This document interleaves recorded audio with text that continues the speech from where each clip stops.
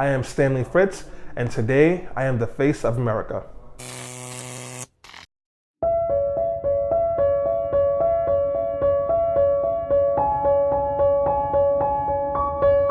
I grew up in East New York, Brooklyn, and lived in Brownsville for a long time. And those are communities where they don't get the most resources. The police harass residents a lot. It seems like one of those forgotten communities. And I just felt like that my community always deserved more. And the only reason we were treated this way or just ignored was because one, we were black and brown, and two, because we were poor. And I made it my mission to not only fight to have a better life for myself, but also fight to give those kind of communities and those kind of people power.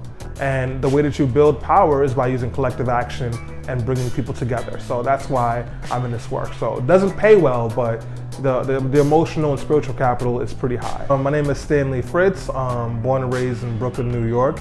Currently I work at Citizen Action of New York as the New York City Campaigns Manager. Citizen Action is a statewide grassroots organization fighting for social, economic, environmental, and racial justice. And I also do a weekly podcast called Let Your Voice Be Heard. So my dad, he's an immigrant, so his things are pretty basic. Go to school, graduate from high school, get a union job. Those are his only requirements. Get a union job with a pension and retire. But one thing that he kind of showed more than he said was work ethic. And this is a man who came here from Dominica with a third grade education, taught himself how to read, taught himself how to write, and he would work 16 to 18 hours a day, 7 days a week as a security guard so he can make sure we had food on the table and a roof over our heads.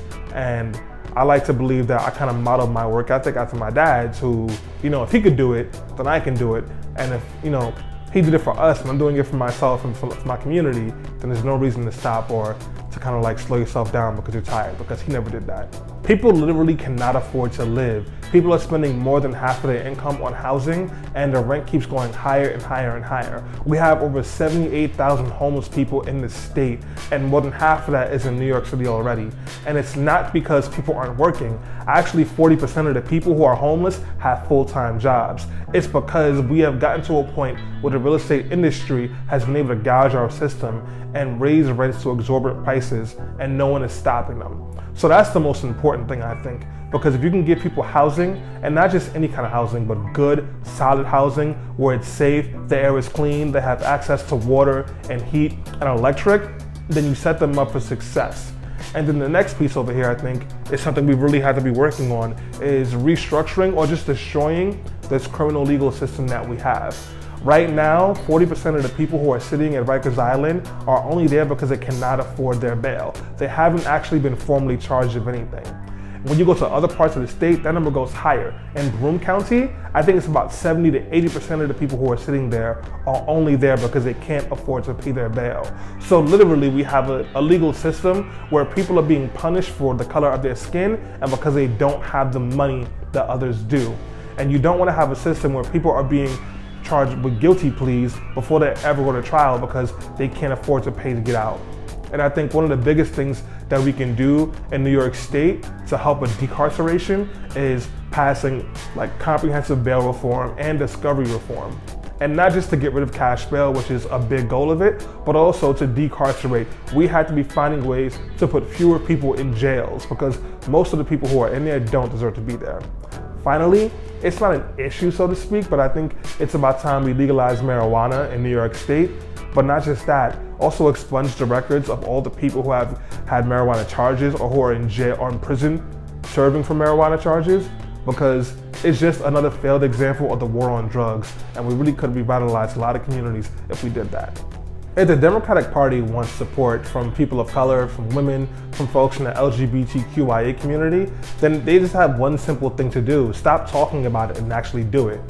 I think a big problem with the Democratic Party is that they'll talk about how much they want inclusivity and how much they want to get people of color involved and how much they trust black women, but then their policies just don't match that. And then they'll go on the campaign trail and they'll go after this mythical working class white voter as if black people can't be working class, or Latin people can't be working class, or gay and trans people can't be working class. And I think that we need to reframe the way that we think about the modern American, because the modern American isn't a white man anymore. The modern American is a black woman, it's a Dominican woman, it's a trans woman, and we should be censoring that first and looking to prioritize the issues that they care about. And if you do that, you're not going very far from what most Americans want, which is the ability to live comfortably and take care of themselves and their families, and to be able to have a little extra to go waste it on, Fortnite or whatever else we're spending money on these days. When I was young, I wanted to run for office. Now, I don't think I would do it. In the role that I have now, I find it more satisfying and more effective to be able to push elected officials by using people power and by shifting the conversation to important issues. This is just way more effective, way more satisfying, and way more fun for me. So I'm probably gonna stay on this side, hopefully.